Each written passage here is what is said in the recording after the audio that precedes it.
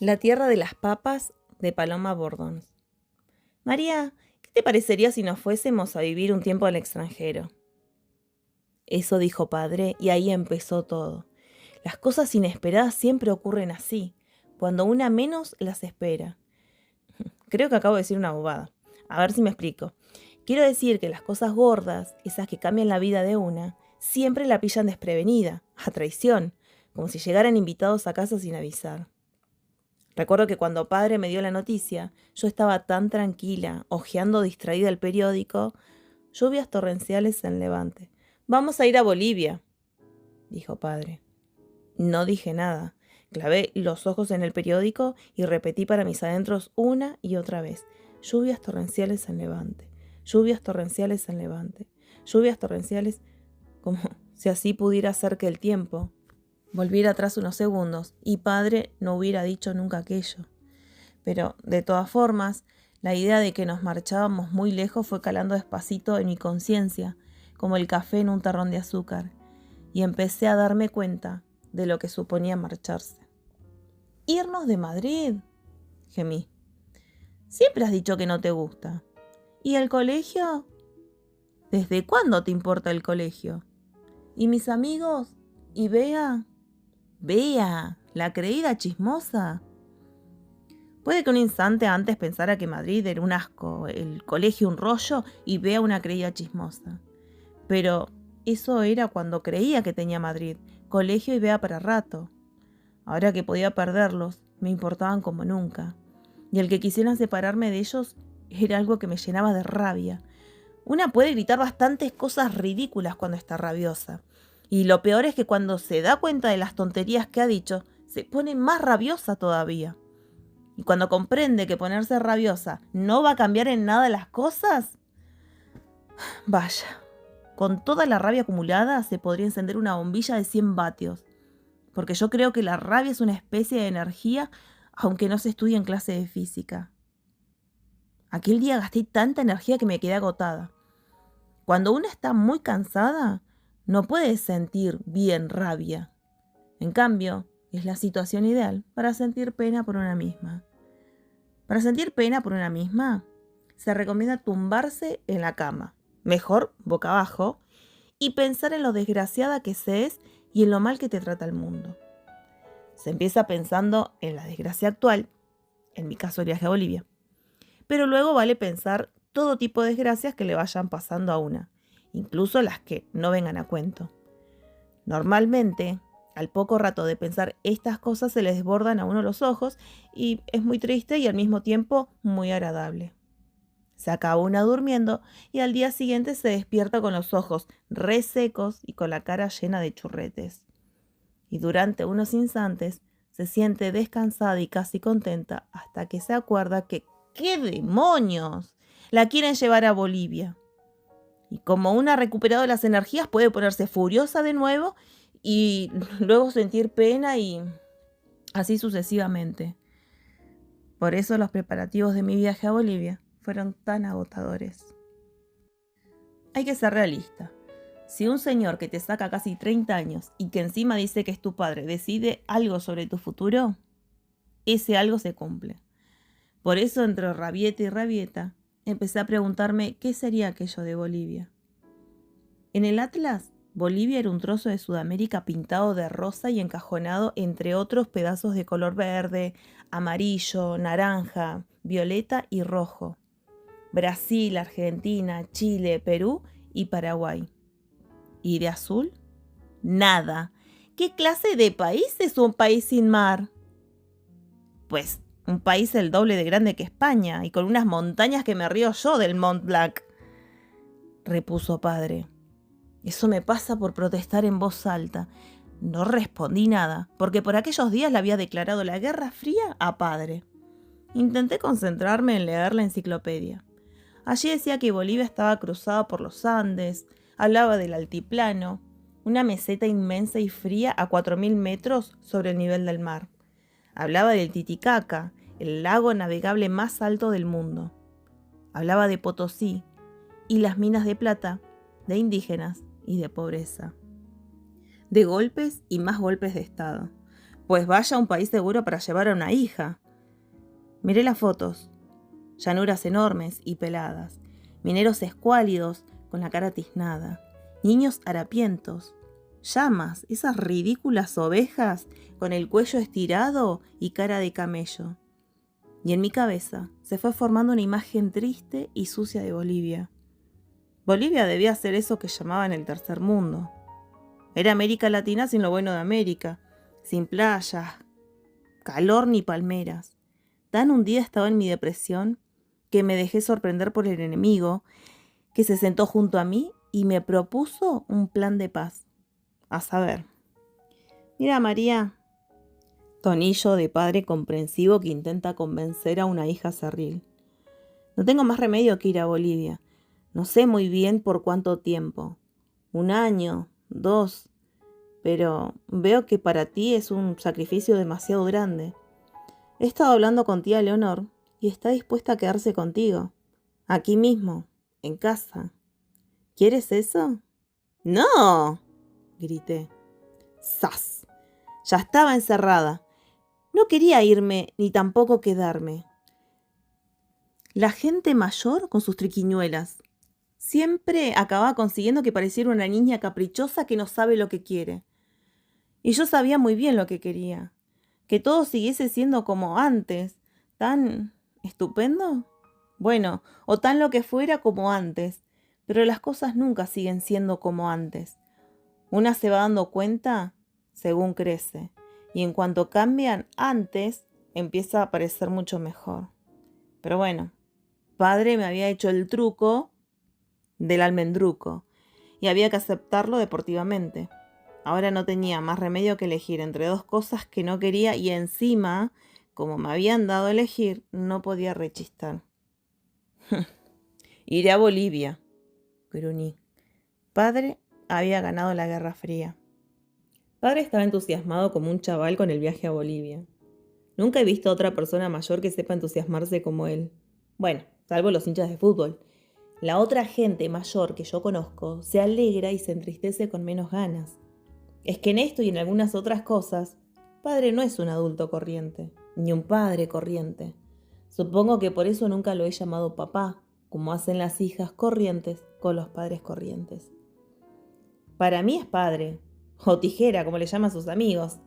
La primera vez que le llamé así por su apellido, la tía Leonor puso el grito en el cielo y creo que por eso me aficioné al nombre. Bien pensado. Lo de tijeras le pegaba más que lo de papá o lo de padre. Porque padre no tenía pinta de padre. Ningún padre de los que yo conocía tenía una camiseta de Michael Jackson, ni iba a trabajar en bicicleta, ni presumía de no haber entrado nunca en el Corte Inglés, ni dejaba que su hija no fuera al colegio cuando tenía el día tonto. Y no es que Tijera sea un hippie, un revolucionario, un irresponsable o algo así. ¿Qué va? Es un tipo muy serio. Incluso demasiado serio para las cosas que él considera serias. En las cosas no serias, como su camiseta o un día de colegio de su hija, ni se fija. Creo que nunca ha sabido que su camiseta de Michael Jackson era de Michael Jackson. Para padre, las cosas serias son esas que se pronuncian con mayúscula, con la boca grande, con cosas como paz mundial, ecología o derechos humanos. Las cosas con mayúscula le hacen leer libro, ir a manifestaciones, dar dinero y puñetazos en las mesas. Incluso su trabajo es una cosa con mayúscula. Padre es técnico en energía solar. Eso entra dentro de la cosa con mayúscula, ecología. Porque dice padre que del sol se puede sacar energía sin contaminar ni destruir el entorno. Precisamente, la energía solar tuvo la culpa de que padre y yo fuéramos a Bolivia. Su empresa le hizo responsable allí de un proyecto que se llamaba electrificación solar en el altiplano, o no sé ni qué gaitas. Esa era la cosa con mayúscula que ahora le ocupaba la cabeza noche y día.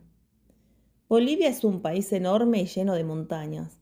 A muchas partes no llegan los postes de luz. Y entonces, ¿qué pasa? Pues llegamos nosotros con nuestros paneles solares y convertimos la energía solar en energía eléctrica. La energía solar es barata, es limpia. ¿Me estás escuchando, María? ¿Te das cuenta de lo que significa la energía solar para un país tan pobre como Bolivia? Yo hacía como que escuchaba. La verdad es que pronto perdí el hilo y pensaba en otra cosa. Les tenía tirria las cosas con mayúscula, más cuanto más le interesaban a padre, hasta que una parte de mí me reñía por dentro. Atiende, María, eres una frívola, una niña tonta y pija, siempre pensando en chicos y trapitos. ¿Qué pensaría Tijeras si pudiera meterse en tu cabeza? Pero Tijeras nunca se le ocurriría meterse en mi cabeza. Yo no era ninguna cosa con mayúscula. No vivía en un país en guerra, ni tenía hambre, ni era una minoría maltratada, ni estaba en peligro mi capa de ozono. Bolivia resultó estar mucho más lejos aún de lo que pensaba. No sé cuánto tiempo pasamos en aviones y aeropuertos. Parecía que las azafatas pretendían hacernos perder la noción del tiempo. Venga a darnos de desayunar, comer y cenar a las horas más insospechadas. Padre ya conocía a Bolivia. Me hablaba entusiasmado de lo que encontraría al llegar. No sé si por entretenerme, por animarme, o por ese gustito que da hablar de lo que uno conoce al que todavía no lo ha visto. Bolivia es el doble grande que España, y tiene de todo. Tiene una parte tropical llena de selvas casi al nivel del mar. Padre agarró un panecillo de nuestro segundo desayuno y lo paseó por su bandeja. Tiene unas partes de valles muy fértil, a unos 2000 metros sobre el mar. Padre alzó el panecillo a la altura de su nariz. Y tiene una parte de altiplano toda pelada entre los 3500 y los 4000 metros. ¿Tú sabes lo que son 4000 metros? Padre alzó el panecillo sobre su cabeza con el brazo muy estirado, como si eso fuera a dar idea de lo que eran 4000 metros. Ni el pico más alto de España llega a los 4000 metros. Padre seguía ondeando el panecillo por encima de su cabeza y los pasajeros vecinos empezaban a mirarle con curiosidad. Nosotros viviremos en la zona del altiplano, en La Paz, la ciudad más alta del mundo, 3600 metros. ¿Qué te parece, María? Bien, bien, pero bajá ya ese pan, susurré mirando de reojo a mi alrededor. Los padres son únicos, poniéndola a una en situaciones embarazosas. Padre bajó la Paz y se la comió con mantequilla. No, si estaba claro que las tenía de perder. Resulta que había una Bolivia de sol y palmeras, eso sonaba bastante bien. Y otra Bolivia de valles verdes, tampoco debía de estar mal. Pero a la Menda le había tocado precisamente la tercera Bolivia, la peor, el altiplano triste y pelado. Caminaba por el altiplano tan cerca del cielo que me empiné un poco y lo rasqué con los dedos. Seguí caminando. El cielo estaba cada vez más cerca. Me rozaba la cabeza. Ahora me aplastaba los hombros. Me agaché. Me puse de cuclillas, me arrastré y el cielo bajando y bajando como queriendo aplastarme. Señores pasajeros, estamos sobrevolando la cordillera de los Andes. Dentro de unos minutos aterrizaremos en el aeropuerto del Alto de la ciudad de La Paz. Di un respingo. Abrí los ojos y vi debajo del avión un montón de montañas peladas que subían y bajaban. Daba miedo. Más que montañas parecían esqueletos de animales gigantescos semienterrados. No había nada vivo sobre ellas, ni gente, ni animales, ni plantas. Seguro que nadie había pisado jamás por allí. Me dio por pensar que los hombres éramos muy poca cosa y la tierra era enorme. Y por lo visto, La Paz estaba precisamente en el centro de toda esa enormidad, rodeada de montañas, dinosaurios que me daban tan mala espina. Nos acercamos a una montaña nevada mucho más alta que las demás. Estaba tan cerca que la nieve parecía poderse tocar estirando los dedos. Me dio un vuelco el estómago. ¡Padre, vamos a chocar contra ese pico! Le agarré frenética de la mano. María, que me rompes un dedo. Abrí los ojos y dejé en paz el dedo de padre. Habíamos sobrevolado la montaña. Padre me miraba sonriente. Los otros pasajeros también sonreían. Bonachones ante el grito de la pobre niña que seguro que nunca antes había viajado en avión. ¡Qué ridículo! Por eso llegué rabiosa a la ciudad de La Paz. La Paz es una ciudad de mentira, pensé. Es una broma pesada. Desde la carretera que bajaba del aeropuerto, se la veía pequeñita, metida en un hoyo en la mitad de aquel altiplano desierto, como si alguien la hubiese plantado allí por una apuesta o algo parecido. Y parecía que ese alguien, para hacer la ciudad, había espolvoreado luego las casas sobre el hoyo.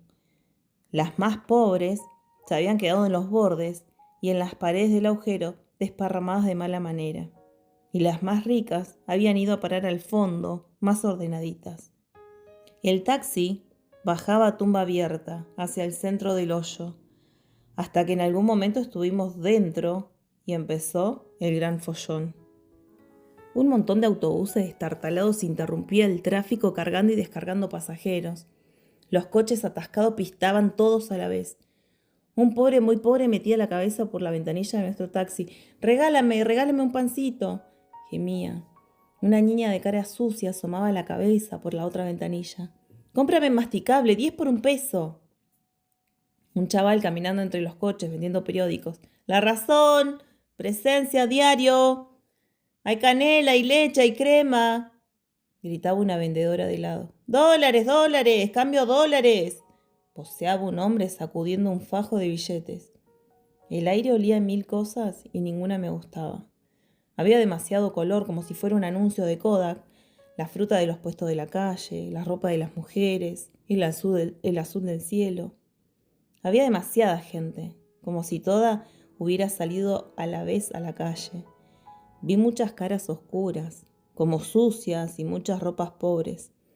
Y luego ya no vi nada, porque no me entraban más cosas en la cabeza y apreté los ojos y no lo abrí hasta que padre me hizo bajar del taxi. Ya estamos en casa. Miré al frente, miré hacia arriba, miré aún más arriba, miré aún más arriba. Aquel edificio no se acababa nunca. ¿Qué te parece? Vamos a vivir en un piso 22. 3.600 metros más 22 pisos. Poca gente en el mundo puede presumir de vivir tan alto. Padre en todo encuentra motivo de entusiasmo. En aquel momento yo todo lo encontraba horrible y hasta absurdo. Y mira qué piso, grande, bonito, moderno, insistió Tijeras cuando entramos en nuestra nueva casa. Más absurdo todavía, ¿qué hacía ese piso de lujo en medio de aquella ciudad de locos? ¿Y qué hacía aquella ciudad de locos en medio de la nada? Porque alrededor de La Paz estaba la nada, esas montañas peladas y desiertas, como lomos de animales muertos, que había visto desde el avión. Me dio por pensar que alguna de esas montañas iba a sacudir el espinazo y toda La Paz se vendría abajo. A veces se me ocurren ideas absurdas como esa y tengo miedo. Como que cuando bajo un escalón a oscuras, no va a haber nada bajo mi pie y voy a caer para siempre. Ya sé que es tonto, pero ¿qué le voy a hacer? Uno no se asusta cuando quiere. Así que la cosa es que en aquel piso sentí vértigo y miedo y ganas de agarrarme de algo sólido. Suerte que encontré al Illimani. El Illimani, aquel monte nevado que habíamos sobrevolado en el avión, se asomaba como si fijara a la ventana de la que iba a ser mi habitación. Se le veía enorme y precioso. Hasta le perdoné el susto que me había dado durante el vuelo. Ahora no me resultaba amenazador como los otros montes más pequeños. Al contrario, su cabezota blanca tenía algo protector, como de abuelo. Es que en cierto modo un abuelo, y también es protector, dijo padre. Los indígenas creen que sus dioses y sus antepasados más honorables se encarnan en la naturaleza. Los más importantes se encarnan en las grandes montañas. Son los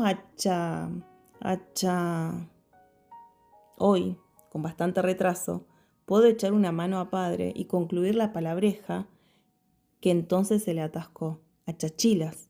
Así se le llaman los espíritus de los antepasados encarnados en la naturaleza. Bueno, los lo que sea. Ahora siéntate aquí y verás lo que es bueno.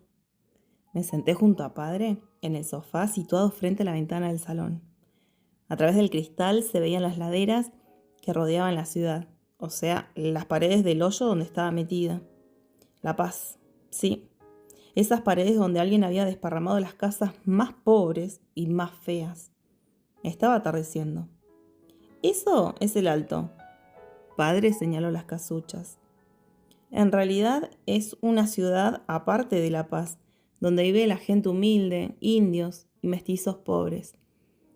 Allí arriba, en muchos sitios, no hay calles, ni alcantarillado, ni electricidad, ni agua. Cada día llega a El Alto más gente del campo buscando trabajo. En cuanto puedan, se levantan una casa con sus propias manos, con adobe y ladrillo, y El Alto va creciendo a toda pastilla. En cambio, La Paz, donde viven los blancos y los mestizos con dinero, va creciendo despacito en su hoyo. A medida que oscurecía, se iban encendiendo luces en las laderas de los pobres. Las casuchas deprimentes iban desapareciendo y se convertían en puntos de luz. Me acordé del Belén, que ponen en la parroquia de al lado de casa por Navidad, en el que se hace de noche y de día. Cuando todas las luces estuvieron encendidas me dieron ganas de aplaudir. Y sobre todo me quedé más tranquila al no tener a la vista aquellas casas que me recordaban que, mientras yo estaba en mi piso 22 calentita y a gusto, había muy cerca otra gente que no lo estaba tanto. Querida Bea, La Paz es una ciudad horrible donde todo anda mezclado, hasta el clima. Pasás calor al sol y frío a la sombra. Ves un edificio lujoso junto a otro casi en ruinas. Un autobús desvencijado junto a un Toyota todoterreno resplandeciente. Una señora fina junto a un pobre y todo así. Es un jaleo de ruidos, olores, colores, gentes y coches, que aquí ni siquiera se llaman coches, sino movilidades. ¡Qué palabra más boba! Hay mucha gente que no es como nosotros. Tienen otro color, la cara hecha de otra forma, así como sin acabar de pulir. Visten diferente, miran distinto, hablan distinto. Son los indios aymarás y quechuas, la gente que estaba aquí antes de que llegaran los españoles. La verdad es que me dan un poco de miedo y un poco de asco. Huelen mal. Padre, me mataría si leyera esto porque se me ha puesto de lo más indigenista. Ya sabes que él tiene que ser siempre más papista que el papa.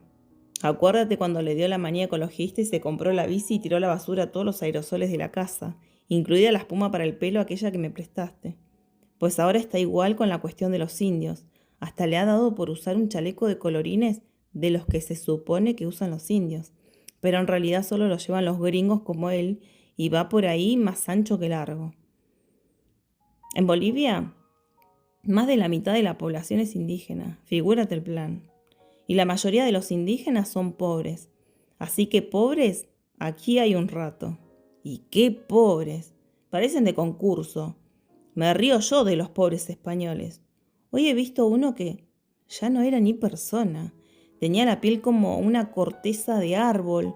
Sus pies solo se sabían que eran pies porque estaban abajo. Le ha clavado en el estómago a padre su sombrero de pobre y ha gemido como un animalito. Tía, qué impresión, qué asco y qué lástima. Encima padre no ha querido darle nada porque dice que el problema de la pobreza no se resuelve con caridad fácil. Quizá no se resuelve el problema de la pobreza, pero al menos ese tipo se habría comprado un mendrugo de pan, digo yo. Claro, si uno empieza así tiene que salir con un cargamento de monedas de casa porque aquí hay más pobres que garbanzos en un cocido. Sobre todo niños. Niños muy pequeños que te persiguen pidiendo dinero. Y los niños lustrabota que señalan los zapatos de padre y dicen, ¿lustro, caballero? 50 centavitos. No brilla, no paga. Y cosas así. Padre se enfada porque dice que con tanto niño señalando sus zapatos siempre tiene la sensación de llevarlos sucios. Pues que te lo limpien, digo yo. Y él dice que ni hablar y que no va a participar en esa explotación. Y que esos niños deberían estar en el colegio y patatín y patatán. Y yo le digo que, ya que de todas formas no van a ir al colegio, por lo menos que se ganen 50 centavitos. Y él dice que eso es perpetuar la explotación y que hay que cambiar el sistema, pero que nunca llega a decirme cómo. De todas formas, me gusta que tengamos discusiones así, un poco como de personas mayores. Aquí como está tan alto, por lo visto, el aire es más ligero y lleva menos oxígeno. Por eso cuando subes, cuestas, te cansas mogollón y el corazón te late como loco. Tocotón, tocotón, tocotón. Hay gente que se pone enferma y todo del mal de altura, que le llaman. Dicen que para la altura es muy bueno tomar mate de coca, que es una infusión medio amarga hecha de hojas de coca. Sí, coca, la misma de donde se saca la cocaína de las drogatas. Pero yo he bebido el mate y no te coloca ni nada. Un chasco. Claro que supongo que viene a ser lo mismo que querer emborracharse tomando uvas en vez de vino. Aquí los señores oscuritos visten normal, pero de las mujeres oscuritas hay bastante que se visten, que es la monda, como si fueran de otro tiempo. Las llaman las cholitas. Una cholita es como una mesa camilla con piernas. Lleva no sé cuántas faldas con mucho vuelo y de colores brillantes, una encima de la otra. Polleras, le llaman aquí. De modo que no se sabe dónde acaba la cholita y dónde empieza la ropa.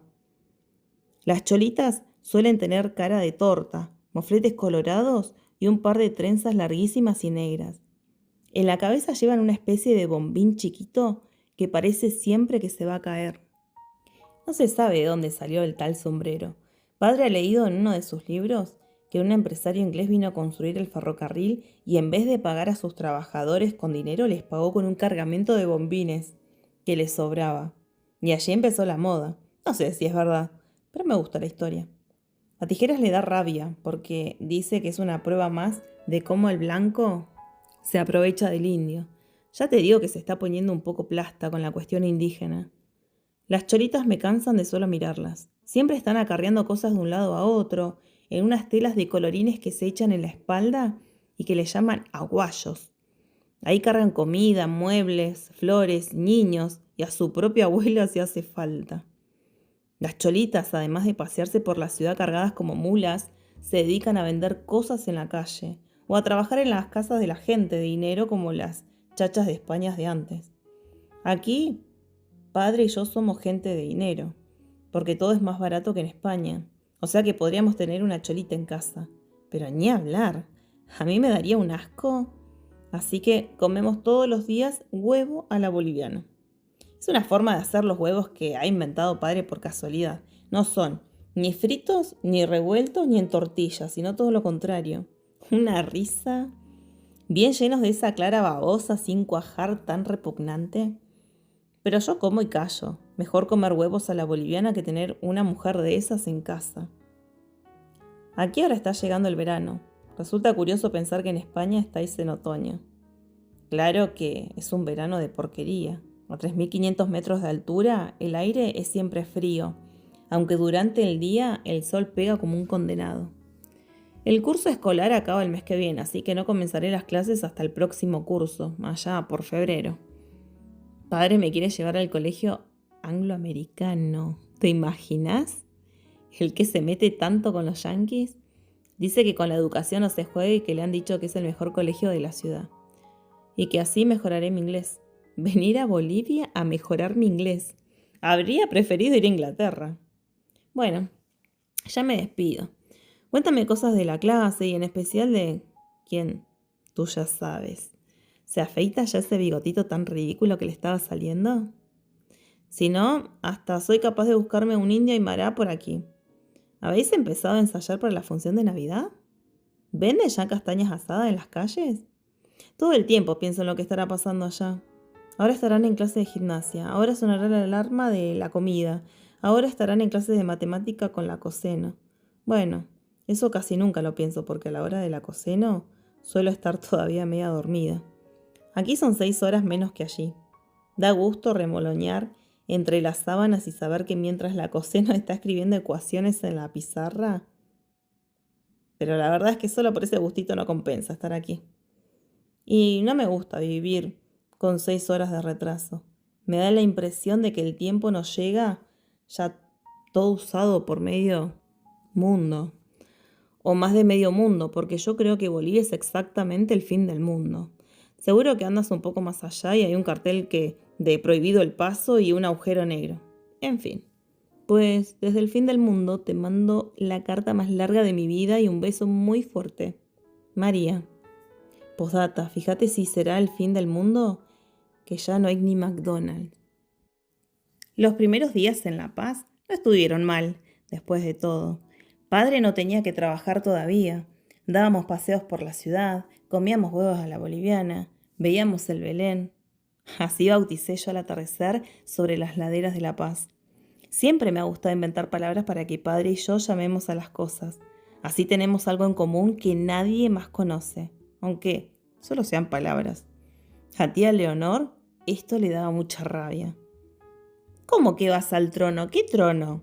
Padre se llevaba el periódico y desaparecía con una sonrisa cómplice en el cuarto de baño. Claro que aquí no hacía falta vocabulario secreto. Estábamos padre y yo. Era una sensación extraña, pero que me gustaba. Padre y yo, y nada entre medias, ni colegio, ni trabajo, ni televisión, ni tía Leonor, ni llamadas telefónicas. La ciudad me empezó a gustar solo porque la recorría con padre. Al principio me chocaba tanto el contraste de lo feo con lo bonito, de lo rico con lo pobre, de lo viejo con lo moderno, que no me di cuenta de que existía también lo normal. Resulta que allí también había edificios que no eran ni muy viejos ni muy nuevos, y coches que no eran ni muy destartalados ni muy lujosos, y personas que no eran ni muy oscuras ni muy blancas, y familias que no eran ni muy ricas ni muy pobres. Fue un alivio descubrir lo normal, pero no tuve tiempo para disfrutarlo porque enseguida Tijeras empezó a trabajar y poco después encontró una nueva cosa con mayúscula que antes no le había preocupado: la cuestión indígena en Bolivia. Se acabaron los paseos y la ciudad volvió a parecerme tan desagradable como el primer día. Empecé a quedarme horas y horas sola en casa, y cuando no estaba sola era como si lo estuviera.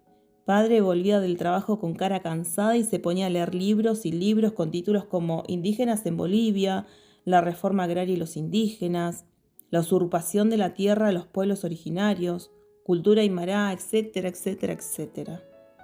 A menudo se quedaba dormido entre 2 páginas, o peor, se atrevía a dormitar durante nuestro cuarto de hora sagrado, el cuarto de hora del Belén.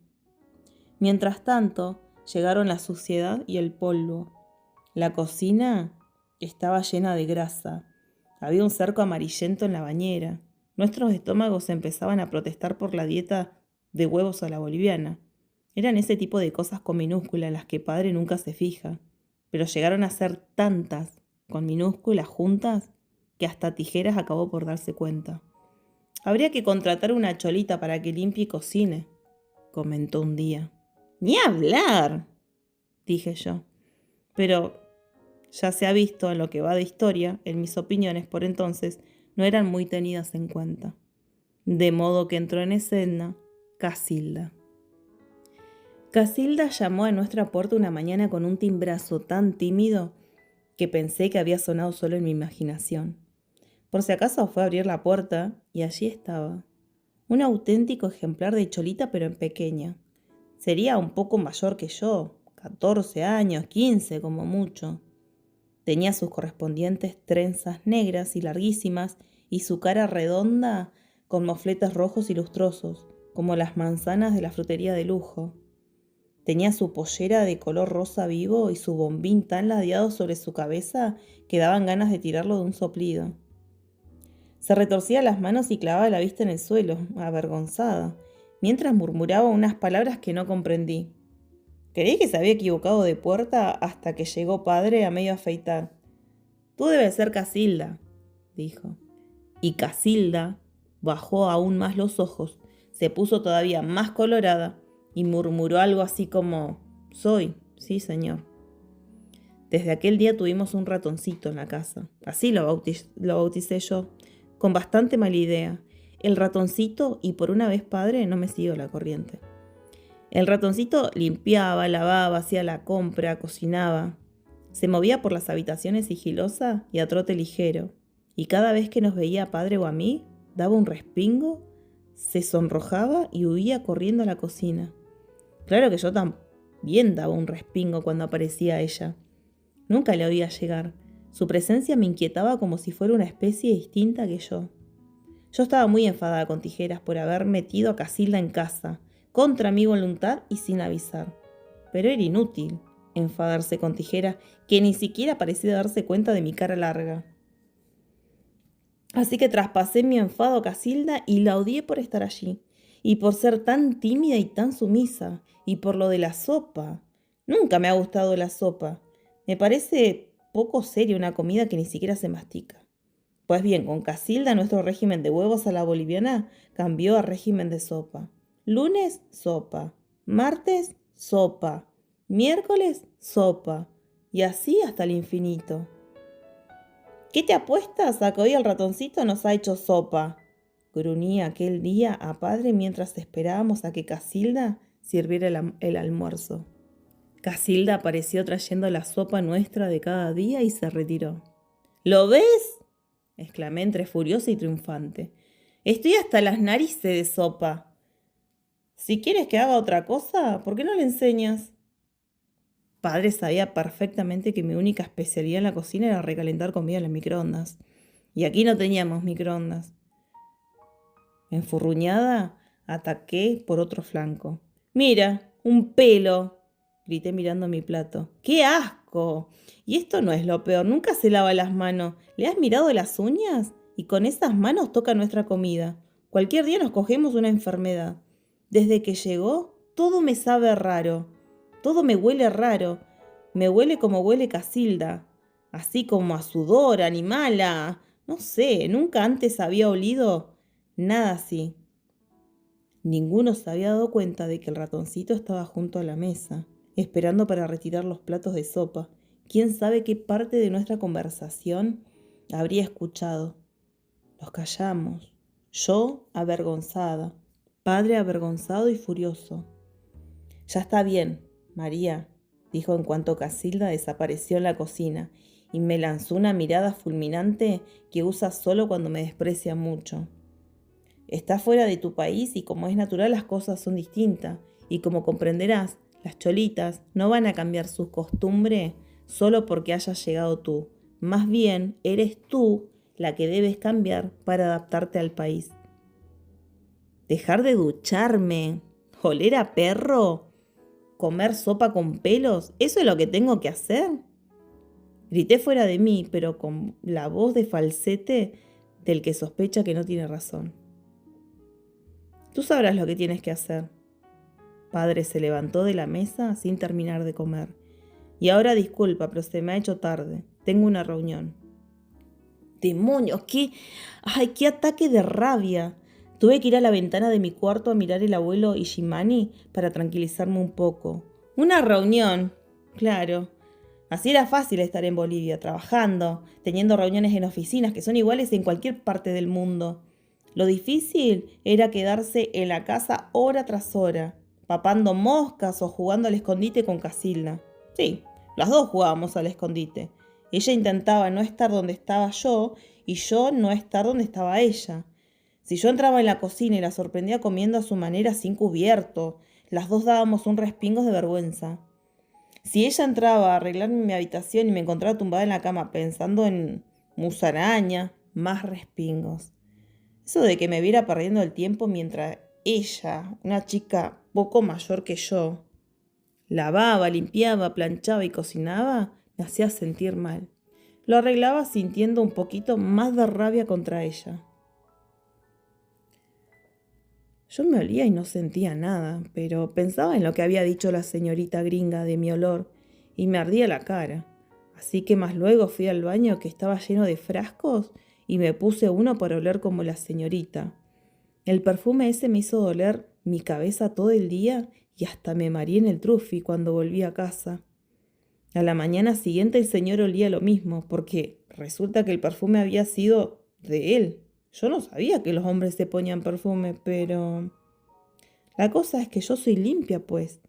Solo que mudarme de ropa mucho no puedo porque no me alcanza. No como la señorita gringa que... Ella tenía todo un armario lleno de ropa y pantalones más de 5.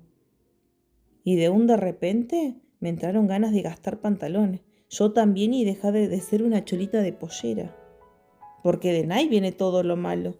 Que solo por ser chola hay muchos que te creen sucia y sonsa y se hacen la burla. Por eso de mis amigas ya casi nunca gasta pollera. Esa misma noche me soñé que llevaba pantalón y me sentía como pollo sin pluma. Y llegaba al pueblo y al verme mi mamá se avergonzaba de mí y me golpeaba. Por eso fue que en la mañana pensé que iba a seguir con mi pollera, que además mi tía dice que hay que estar orgullosa de ser chola y que una chola bien trajeada es 1000 veces más elegante que una señora de vestido.